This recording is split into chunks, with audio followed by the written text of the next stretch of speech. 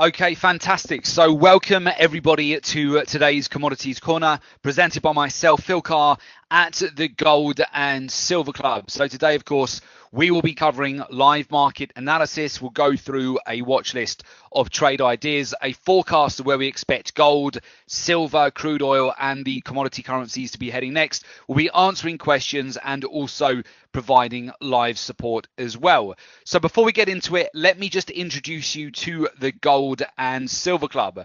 The Gold and Silver Club is regarded as the go-to authority on commodities trading. As internationally respected experts, our analysis and our opinions on the metals, the energies and the agriculture markets, they're routinely sought by major financial television channels and publications, which include Bloomberg, Reuters, CNBC, the Financial Times, the Wall Street Journal. Over the last 10 years, myself and my team of experts, we have trained and mentored thousands of private traders from all over the world on our exclusive research-driven strategies. For further information on our services, all you need to do is go to www.jointhelivetradingroom.com. I would also suggest as well, we'll be putting out a new commodity report this weekend and going through our forecast for the week ahead in more detail after the close of the session today. If you want to be kept updated with those reports as well, make sure you are subscribed to the Gold and Silver Club YouTube channel. Okay, so just go onto YouTube, search for the Gold and Silver Club. We've got hundreds of videos on YouTube, and just make sure you subscribe to our channel. That way you'll get all of the latest reports as well. Okay, good. So let's get into it. We'll go through the narratives in the market. We've actually had quite a lot of movement today so far. Being a Friday, we've had quite a lot of uptick with the commodities here as well. So I'll go through the narratives first, and then what we'll do, we'll go over to the charts. And I'll talk you through the trade ideas, our current positioning at the moment. Okay, so just very quickly, we'll check that you can see my screens okay, and you can hear me okay as well. Fantastic. Thanks very much, Sharice. Okay, good. So let's just have a quick look at the biggest movers at the moment. So we've got the biggest mover to the upside today is gold, up 0.3%. You've got silver, which is up at the moment 0.13% on the day. New Zealand dollar slightly up. You've got the euro, which is slightly down. Pound and Australian dollar slightly down to flat on the day. Swiss franc has rolled over today. We've got the S&P 500, which has been breaking below 2,690 today. US dollar, Japanese yen is pulling back, and oil is also slightly negative on the day as well, and the dollar is more or less flat at the moment. So we'll have a look at that, and we'll have a look also at the trade ideas that we're looking at very shortly as well. So before we do so, we'll just quickly go over to the latest narratives in the market and what we're seeing right now. So we've seen gold basically get supported this week above 1,300 US dollars per ounce. Now, bear in mind, this week has been the Chinese New Year. So Tuesday was the Chinese New Year. As a result, Asia Pacific trading is a bit lackluster on the metals because of the lack of buying essentially that you tend to get or support from China during the Asia Pacific session when they're on the bank holidays for the week. But that could start to resume next week as well. So, but we we have still seen this week's support come into gold, and certainly we're still holding above that 1,300 level, which I'll have a look at with you on the charts very shortly. Let's just also take it out into some of the other major news items that we've had over the course of this week as well. And we've also seen, of course, trade war tensions provide some impact this week, and that's given support to the dollar. So the dollar has held steady and has been rising this week against the basket of currencies, keeping on track for its strongest weekly gain in 6 months. Okay, and that's put pressure, of course, on the euro, on the Australian dollar, on the New Zealand dollar, on the pound sterling as well. In fact, the pound sterling is set for the worst week since October on Brexit worries as well. Sterling on Friday headed for its worst week since October, with a stalemate over Brexit weighing on the currency and leading the Bank of England to cut its growth forecast. So we've got that occurring recently, of course, over this week, causing impact to the pound. In fact, we were selling short the pound just earlier on this week. Now, the Australian dollar and the New Zealand dollar also have been under pressure. They're set to have their weakest or their roughest week in punishing losses for the New Zealand dollar and the Australian dollar over the course of this week, as we've seen markets move aggressively to price in the risk of a cut in interest rates, driving bond yields to multi-year lows, and that's had a negative impact on the Australian dollar and the New Zealand dollar. And you'll see gold here It's down on the week, but overall it's quite firm, holding above $1,300, even in the face of a very strong dollar over the course of this week. So that's what we've seen in terms of the currencies so far this week. Then if we take it out to oil, oil has been ricocheting really between about 55 to 52 US dollars per barrel this week.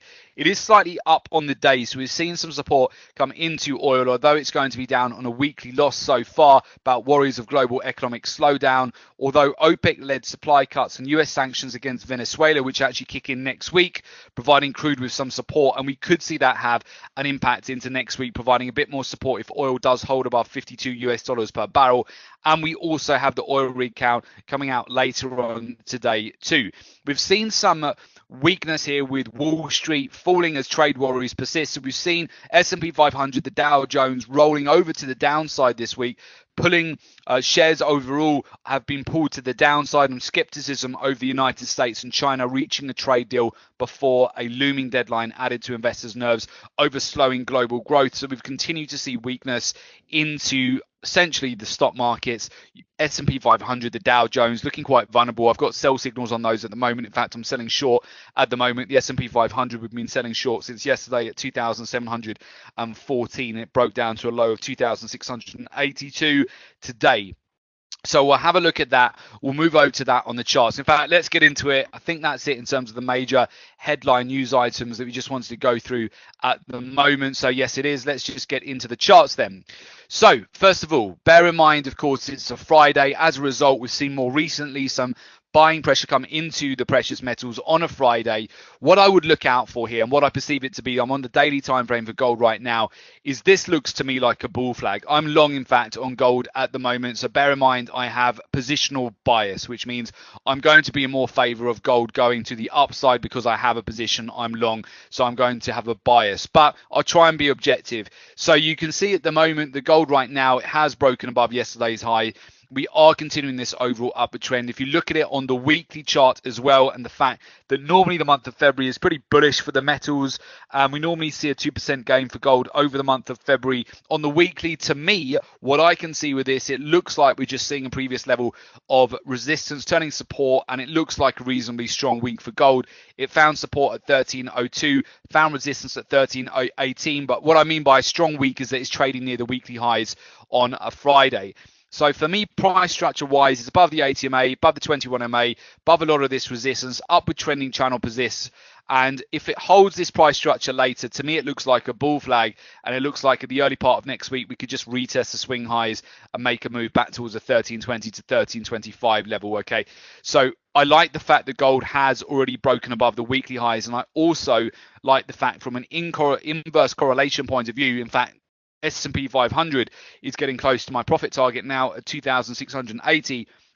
The S&P 500 looks weak. It looks vulnerable. It's rolling over. It's broken through some support. It's certainly, after the trade war tension started to increase in terms of worry to the markets from Wednesday, it formed an inside candle, broke through that low. It's rolling over, broke through yesterday's low. It should, in theory, hit my support level at 2,680, which is where I've got my profit target at the moment for the S&P 500, and we're almost there. We're about 4 points away from that level at the moment. So I would personally, again, from a positional point of view, I would like it to continue to sell off with the S&P 500 because I'm short. I'm selling short the S&P 500. So let's see. Let's see if we get to that level. I'll have new ranges on the S&P going into next week. The price structure does look a bit bearish at the moment. It's the first time actually looks like, unless we change a lot between now and the close, it's the first time we might be on the verge of breaking below this trend channel, which has been in play here since approximately the lows here, which formed at the beginning of January. So we look like we might be on the verge of a more significant sell-off down to the 21MA today, about 2,660 to 2,665. So let's see if the S&P 500 will continue to sell off over the course of the US session today. This then leads me over to silver. And for me, silver, look at the weekly chart again. Silver on the weekly, it looks like we've come into a previous level of major resistance turn support. You can see this from last week. We springboarded off 1570. We're at 1574 at the moment. It doesn't have a huge amount of volatility this week. Normally silver moves within a 50-point range. This week it's been closer to a 30-point range, so not a lot of movement in silver. On the daily, it did break out earlier on in the session, it finding support at the 21-day moving average at that important level at 1560. It has broken out above a potential bull flag earlier on in the session. Just draw this trend channel on your chart, and then you can see here we've got a potential bull flag, which is just breaking out from at the moment. So I like the potential of silver here for more upside as we continue to go into the US session this afternoon. So definitely look out for that on silver. We could continue to see this upside momentum increase over the course of later in the session and next week as well, if we continue to hold where we are right now. Then that brings me over to oil. So oil here is interesting for me because if you look at the weekly time frame, oil is ricocheting between 52 to 55 US dollars per barrel at the moment. If you look at US oil on the monthly chart, bullish engulfing candle from last month. Normally oil over February is bullish. That said, we normally get a pullback in the first week of February from a seasonal point of view. That is exactly what we have seen so far. So we have seen oil pull back on the weekly chart so far, back towards the 52 US dollar per barrel range. So I want to see whether we will get support at that zone today. You've got the oil rig counts coming out later. It seems to be moving between 52 to 54 US dollars over the last couple of days. If we look at the lower end of the zone here, we're about finding support at that level. In fact, Brent crude oil looks stronger right now, slightly stronger at the lower end of the support zone right now at $61 per barrel. But overall, on higher time frames, especially the monthly chart, we've still got oil, which is basing. As long as oil holds on the closing basis above 52 US dollars per barrel, it's still got a lot of support. And note on the weekly how much support came in going back to January and February of 2017 at that 52 US dollars per barrel handle. There's been a very key level of support. It stayed for a long time at that zone of support before it then finally had a resolution going back to that time. So it might be that we just consolidate for a while here, but oil overall is holding 52 US dollars per barrel at the moment. And in fact, the S&P 500, I need to keep an eye on that because it's so close to our profit target at the moment. If it rolls over a little bit lower, we've got a sell signal on that at the moment. So I would just keep an eye on that right now as well. And then let's just continue to go through some of the additional commodities. Now, as I mentioned before, Brent crude oil, I like Brent when it gets to sub $800 per ounce. Okay, if you put it on the daily chart here, it has found support at that level a lot of times in the past. Basically, since the beginning of the year, every time platinum has got below $800, we've bought into platinum. Every time we've seen a breakout back towards that 820 to 830 range, we've been able to take profits off the table. Well, more specifically, what we do is we trail our stop loss higher, and then when it rolls over again, we get out of the trade with profit, and then we look to enter back in below $800. This is the third time we've done that now. So we bought in, including the lower end of the range here in August. So each time it drops below 800, we buy platinum. We then start to trail up our stop loss when it breaks out. We then get out when it rolls over and hits our trading stop loss and gets us out for a profit. We then wait for it to get sub 800. We buy back into it, and then it breaks out, and then we move our trading stop loss higher, get back out of the trade when it retraces, and then we get back in. So we came out of the trade earlier on this week with a nice profit again on the position, over 150 points profit on our platinum trade. It broke out to 1 month highs last Friday after non-farm payroll. We're now buying back in sub $800 per ounce for platinum. And now finally, moving over to also the commodity currencies as well. First of all, I'll just take you actually over to the US dollar, Japanese yen. I want to see whether this will break down today. So I've seen it a lot in the past where Japanese yen crosses, they suddenly pull back on a Friday afternoon. It looks like it's quite vulnerable here to potential break back below the 8-day exponential moving average, breaking just below the swing lows here. So we'll see if it does roll over later on in the session for the US dollar, Japanese yen, and we break below this support and then roll over back to around the 109.50 handle is what I'm looking for today. So we'll see whether we do get that follow through to the downside for the US dollar, Japanese yen. We were selling short the pound US dollar at the beginning of the week. That worked out nicely for a 70 pip profit. Right now, I'm waiting for next week now for new entries on the pound US dollar. But for me, it does look a bit vulnerable here for more downside going into next week. If we break below today's low on Monday or Tuesday, we should have a sell short. In fact, it's already giving me a sell short signal anyway, the pound US dollar. But I don't really want to get in position now where I'm just going to have to hold the position over the weekends, pay additional swap charges, spread charges, and so forth. I may as well just wait until Monday now, unless I'm going to get in and out on a day trade on the pound US dollar. But I think I'll probably wait until Monday now. And then just looking at the other commodity currencies as well, US dollar CAD is worth actually keeping an eye on. We've been looking for a potential sell short opportunity on this if oil was to get supported. On the weekly chart, we've been looking for a retrace entry to sell short. I'm not in this yet. I'll probably, again, just wait until Monday. Don't want to have too many open positions going into a weekend like this. We were long the US dollar Swiss franc at the beginning of the week. We hit target at 1.0020. We don't have a position on this right now, but I am just waiting with that trade at the moment for a new execution point with respect to US dollar Swiss franc. Oil actually is back above 53 US dollars per barrel, so I'll wait for the oil rig count to come out later on today as well before we look at the next positioning on that. Okay, so that's just a bit of a heads up, guys. Let me just go through again. We'll just have a look. So basically, trading plan wise at the moment, I'll give you just a bit of a heads up on our positioning as we go into next week. So we're long on gold at the moment. Gold is at 13.14. We may see some more follow through later on in the session, but I like that. If we hold that price structure into the close, we could get more follow through. I'm selling short the S&P 500. I've got profit target at 2,680, but I've also moved my stop loss to break even, and I banked half profits yesterday as well. So the trade is fully protected, but it would be optimal if it hits 2,680. Pound US dollar, I've shorted already this week, took 70 pips out of the trade. I don't have a trade on that position any longer. I've actually got a US dollar Japanese yen sell short on at the moment, which has done pretty much nothing all week, but I'll see if it does break down later on in the session. Otherwise, I'll probably just close it ahead of the weekend. It's around our entry price at the moment, so I'll just monitor that over the course of the US session today. US dollar CAD, I'm looking at a potential sell short position going into next week. US dollar Swiss franc, I've banked profits this week for 50 pips with the breakout to the upside. Australian dollar and New Zealand dollar, I'll leave those for now. I'm going to go over into those as we go into next week. I don't really have a clear view on those because they've been bearish throughout most of this week, but they could get supported at major zones going into next week as well. I will come into those in more detail. If you want to go through more analysis on those, we went through those quite a lot of detail on Wednesday's session, how to trade commodity currencies. We went through in detail about Australian dollar and New Zealand dollar, but I don't have positions on them at the moment, so I won't go through those in too much more detail because we don't have trades on them. Silver, I'm looking for the potential to bounce going to next week. I still have a long position on silver going to next week. As I mentioned on platinum, I'm a buyer of platinum sub $800. I would look out for the potential for oil to have a resolution later on in the session today after the oil inventories data. After the Baker Hughes oil rig count, which comes out at 6 o'clock London time.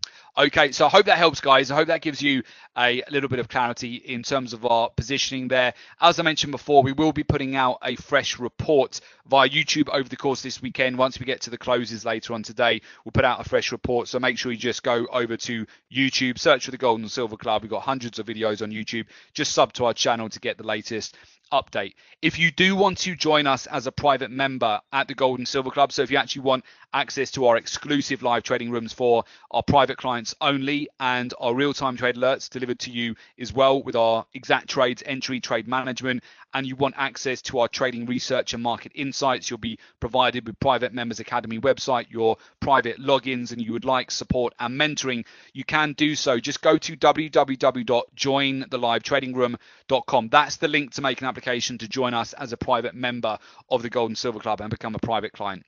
Okay, fantastic. So with that, thanks again to Charisse and the team at binary.com. We are not hosting a session on Monday next week, but we'll be back with you on Wednesday and also next Friday as well for the Commodities Corner too. But if you do want an update for the week ahead, again, make sure you sub to our YouTube channel because we'll put out a fresh report this weekend.